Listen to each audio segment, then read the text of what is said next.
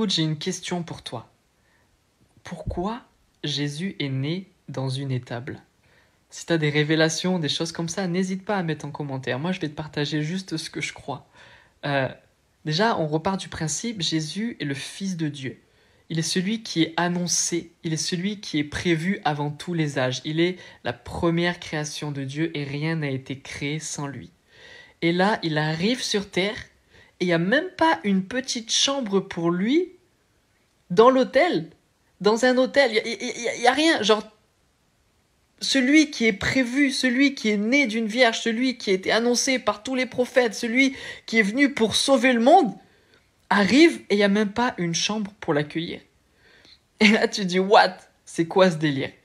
Il naît dans une étable, ça devait sentir le dindon, le bouc et la vache.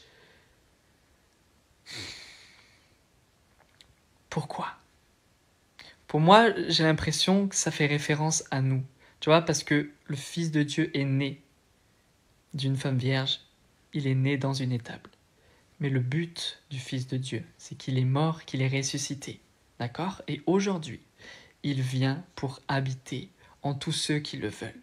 Et je crois que c'était comme un symbole de dire que Jésus peut naître dans n'importe quel endroit. Même si tu te sens sale, même si tu es complètement éclaté, même si tu schlingues, même si tu as fait les pires horreurs, il peut naître en toi. Il peut naître dans l'étable que tu es. Même s'il y a des bruits bizarres, même s'il y a des sons, même s'il y a des odeurs bizarres, même si c'est pas propre, lui va venir et il va tout nettoyer.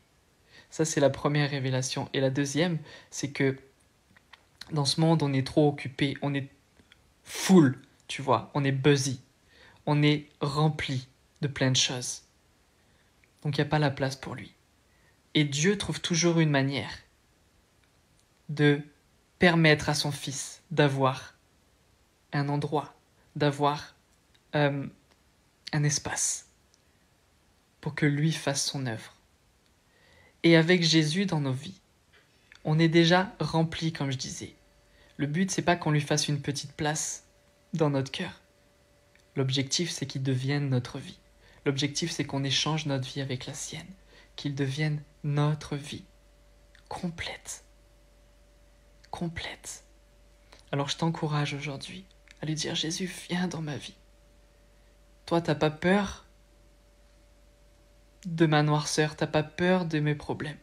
Alors viens, sois le Seigneur dans ma vie. Les amis, je vous encourage, il est tellement bon et il vous aime. Soyez réconciliés avec lui.